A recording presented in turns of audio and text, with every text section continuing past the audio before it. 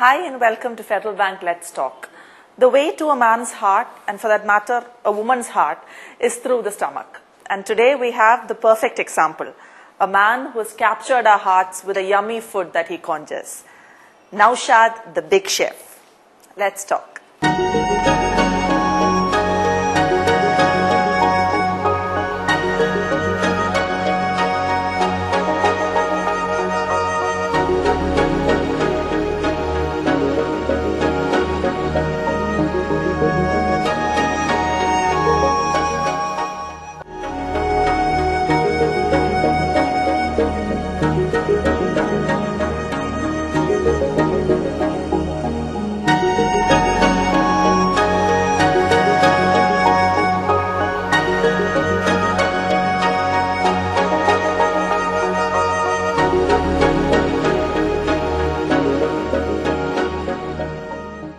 ഭക്ഷണം നമ്മുടെ എല്ലാവരുടെയും ജീവിതത്തിലെ ഒരു ഇന്റഗ്രൽ പാർട്ടാണ്. പക്ഷെ എനിക്കൊന്ന് ബിഗ് ഷെഫിന് അത് ജീവിതം തന്നെയാണെന്ന് തോന്നുന്നു, അല്ലേ? തീർച്ചയായിട്ടും. ഞാൻ എന്റെ തൊഴിൽ അതാണ്, എന്റെ പാഷൻ അതാണ്, എനിക്ക് ഏറ്റവും ഇഷ്ടമുള്ളത് അത് തന്നെയാണ്. ഭക്ഷണമായിട്ടുള്ള ഈ ഒരു വൈകാരിക ബന്ധം തുടങ്ങുന്നത് എങ്ങനെയാണ്, എപ്പോഴാണ്? ശരിക്കും പറഞ്ഞാൽ എന്റെ ഫാദറിന് റെസ്റ്റോറന്റാണ്, എന്റെ മദറിന്റെ ഫാമിലിയിലെ റെസ്റ്റോറന്റ് ആയിരുന്നു. എവിടെയാണ്? അത് കൊല്ലത്ത്. ഫാദറിന്റെ തിരുവല്ലയില്. അപ്പം ശരിക്കും ഞാൻ കുട്ടിക്കാലത്ത് എനിക്ക് ഞാൻ ഏറ്റവും കൂടുതൽ കളിച്ചിട്ടുള്ളത് കിച്ചന്റെ അകത്ത് എന്തെങ്കിലും വെജിറ്റബിളൊക്കെ കട്ട് ചെയ്തൊക്കെയാണ്. അപ്പം അന്നേരം തൊട്ടേ എനിക്ക് എന്നോടൊരു പ്രത്യേക താല്പര്യം ഉണ്ടായിട്ടുണ്ട്. അപ്പൊ അത് ജന്മനാ ഉള്ളൊരു തീർച്ചയായിട്ടും. ഞാൻ ഈ നമ്മള് സംഗീതം ഉള്ള വീട്ടില് പാട്ടുകാരാണെന്ന് പറഞ്ഞാൽ തൊട്ട് പാചകം കൂടെ ഉള്ള വീട്ടിൽ നിന്ന് ഞാൻ പാചകക്കാരനായി.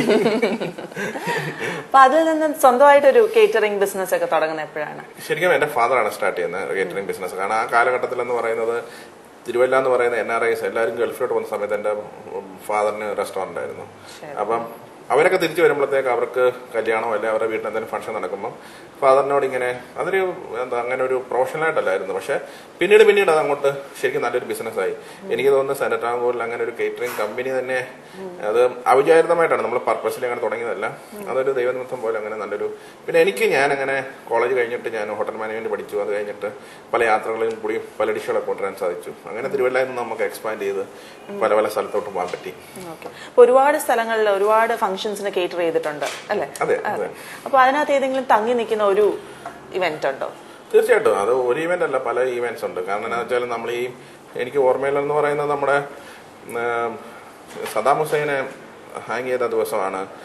ഇപ്പോഴത്തെ CMന്റെ മകളുടെ കല്യാണം, പിന്നെ മുത്തൂറ്റ് ഫാമിലിയിലെ ഒരു ബിസിനസ് ഗ്രൂപ്പിലെ ഒരു കല്യാണം, അതുപോലെ ഇപ്പോഴത്തെ DGPയുടെ മകന്റെ കല്യാണം.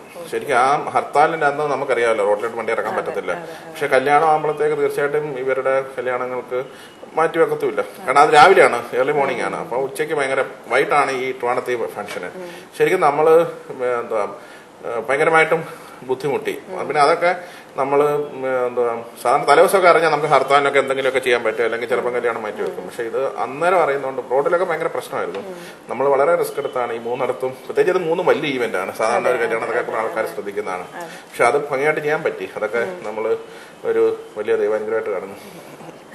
നമ്മുടെ ഒരു ബിരിയാണി സെൻട്രൽ ട്രാവൻകൂറിലും അല്ലെങ്കിൽ സൗത്തിലോട്ടും ഒക്കെ പോപ്പുലർ ആക്കിയതിൽ സാറിന് വളരെ ഒരു വലിയ റോള് പ്ലേ ചെയ്യാറുണ്ട്. എന്താണ് ഈ ബിരിയാണിയുമായിട്ടുള്ളൊരു? ബിരിയാണി ശരിക്കും പറഞ്ഞാല് കേരളത്തിൽ മലബാർ സൈഡിലാണ് ബിരിയാണിയുടെ ഒരു തലശ്ശേരി ബിരിയാണി, മലബാർ ബിരിയാണി എന്നൊരു കേന്ദ്രമായിട്ടുള്ളത്. അപ്പൊ അത് ഈ കൊല്ലത്ത് ശരിക്കും ആ സമയത്തും ബിരിയാണി ഉണ്ടായിരുന്നു, ഈ സീ ഫുഡ് ഐറ്റംസ് ഉണ്ടായിരുന്നു. അപ്പം കൊല്ലത്ത് നിന്ന് എനിക്ക് തോന്നുന്നു കല്യാണം കഴിച്ച സമയത്ത് ഒരു കുക്കിനെയും കൂടി കൊടുത്തെന്ന് തോന്നുന്നു പാപ്പാക്ക്. അങ്ങനെ സെൻട്രൽ ടാമ്പൂരില് ഒരു ബിരിയാണി എന്റെ പാപ്പ ഉണ്ടാക്കി തുടങ്ങി. പിന്നെ ആ സമയത്ത് ഞാൻ ഓർക്കുന്നത് എന്റെ കുട്ടിക്കാലത്ത് ഞാൻ സ്കൂളിലൊക്കെ പഠിക്കുന്ന സമയത്ത് മട്ടാഞ്ചേരിലാണ് പോയി അരിയൊക്കെ വാങ്ങിക്കുന്നത്. എന്നിട്ട് എന്റെ അമ്മയുടെ നേതൃത്വത്തിൽ കുറെ സ്ത്രീകൾ ഇരുന്നിട്ട് ഇത് പാറ്റിപ്പിറക്കി ഓരോ കല്ല്. ഇപ്പാന്ന് പറഞ്ഞാൽ വളരെ നല്ല ബസ്മതി റൈസ് കിട്ടുന്നുണ്ട്. ശരിക്കും അന്ന് ഒത്തിരി ബുദ്ധിമുട്ടിയിട്ടുണ്ട്. എന്റെ പേരൻസ് ആണെങ്കിലും ഇങ്ങനൊരു ബിസിനസ്സിന് നമുക്കിപ്പം ഞാൻ ശരിക്കും പറഞ്ഞാൽ ഒത്തിരിയും പ്രൊഫഷണലാണ്, ഒത്തിരിയും എക്യുപ്മെന്റ്സ് ഉണ്ട്, ഒത്തിരി മിഷനറീസ് ഉണ്ട്, ഒത്തിരിയും നമുക്ക് സിസ്റ്റമാറ്റിക്കായി ഇപ്പൊ സ്റ്റാഫിനെയും കൂടുതൽ കിട്ടുന്നുണ്ട്. അന്നൊക്കെ ഞാൻ അത്ഭുതം തോന്നുന്നുണ്ട് എന്റെ ഫാദറൊക്കെ അത് എങ്ങനെ ഇത്രയും ഇപ്പം തന്നെ നമുക്കൊരു സ്ഥാപനം തുടങ്ങാൻ എന്ത് പാടാന്നറിയാം. അപ്പൊ ഇത് അന്നത്തെ കാലത്ത് ഇത് തുടങ്ങിയെന്ന് പറയുന്നത് ഞാൻ അത് കഴിഞ്ഞിട്ട് ഞാൻ കോളേജിൽ നിന്നൊക്കെ ഇറങ്ങി കഴിഞ്ഞിട്ട് ഈ ചൈനീസ് വെജിറ്റബിൾസ് എന്ന് പറയുന്ന കാപ്സിക്കം, സെലറി, സ്പ്രിംഗ് ഓണിയൻ എന്ന് പറഞ്ഞ കുറെ വെജിറ്റബിൾസ് ഉണ്ട്. ഇപ്പൊ അത് ഇവിടെ ഏത് സ്ഥലത്തും കേരളത്തിൽ ഏത് മുക്കിലും മൂലയിൽ അത് വാങ്ങിക്കാൻ കിട്ടും. പക്ഷെ ആ കാലഘട്ടത്തിൽ ബാംഗ്ലൂർ മാത്രമേ കിട്ടത്തുള്ളൂ. അപ്പൊ ബാംഗ്ലൂർ ഞാൻ പഠിച്ചിട്ടുള്ളതുകൊണ്ട് അവിടുന്ന് ഞാനിത് അവിടുത്തെ ഒരു സപ്ലയറായിട്ട് ടൈപ്പ് ചെയ്തിട്ട്, അന്ന് ബസ്സൊക്കെ വളരെ കുറവാണ്, ട്രെയിനിലാണ് വരുന്നത്, അതിന്റെ എക്സ്പ്രസ് നമ്മൾ കൊണ്ടുപോയി ചെയ്തുകൊണ്ടിരുന്നത്. അപ്പം ശരിക്കും അങ്ങനെ ഞങ്ങള് എന്തുവാ ഇവിടെ അന്ന് കിട്ടാത്ത സാധനങ്ങള് അന്ന് കൊണ്ടുവന്നൊക്കെ ചെയ്തുകൊണ്ടാണ് നമ്മൾ ആ സാധാരണ മറ്റു കയറ്റേഴ്സിൽ നിന്ന് വ്യത്യസ്തമായി നിൽക്കാൻ പറ്റിയത്. ഷെഫിന്റെ ഒരു സിഗ്നേച്ചർ ഡിഷ് എന്തായിരിക്കും? എന്റെ സിഗ്നേച്ചർ ഡിഷ് എന്ന് പറഞ്ഞാൽ ഓഫ് കോഴ്സ് ബിരിയാണി തന്നെയാണ്. കാരണം ബിരിയാണി എന്ന് പറയുന്നത് നമ്മൾ ഈ ഒരു മലബാർ അങ്ങനെ ഒരു ഫോളോ അപ്പ് അല്ല, നമ്മളത് ആൾക്കാർക്ക് ഇഷ്ടപ്പെടുന്ന, നമ്മൾ ഇത്ര നാളത്തെ എന്റെ എക്സ്പീരിയൻസ് കൊണ്ട് ആൾക്കാർക്ക് ഇഷ്ടപ്പെടുന്ന സ്പൈസ് അല്ല, അതിന്റെ എന്തുവാ ടെക്സ്ചർ, റൈസിന്റെ ക്വാളിറ്റി, ഈവൻ നെയ്യ്.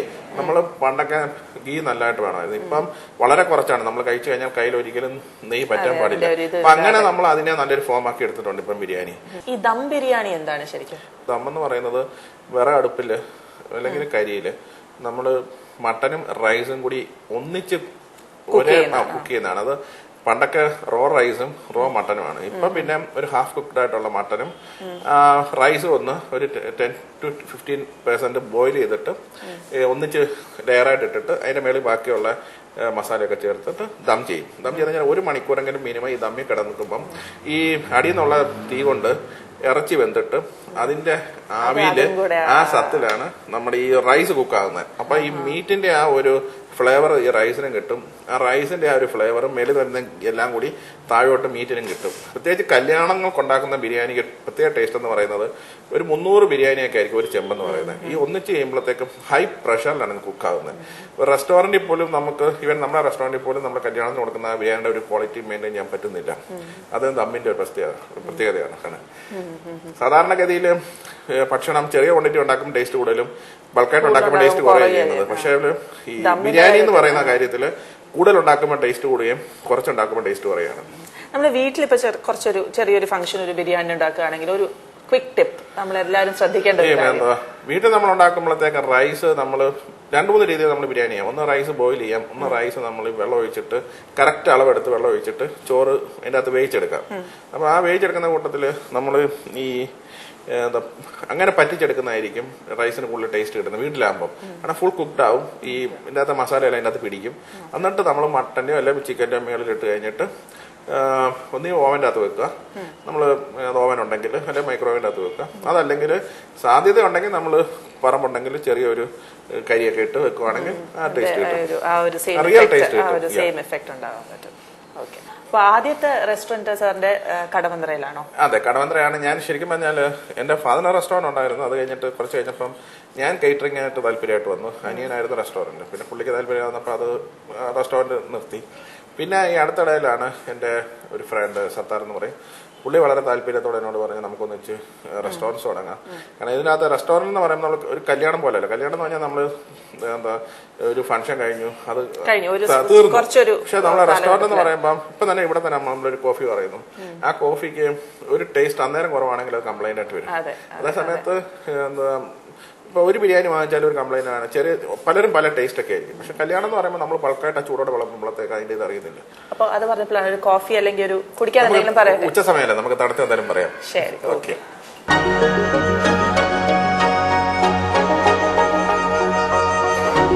നമ്മുടെ മിൽക്ക് ഷേക്ക് എത്തിയിട്ടുണ്ട്.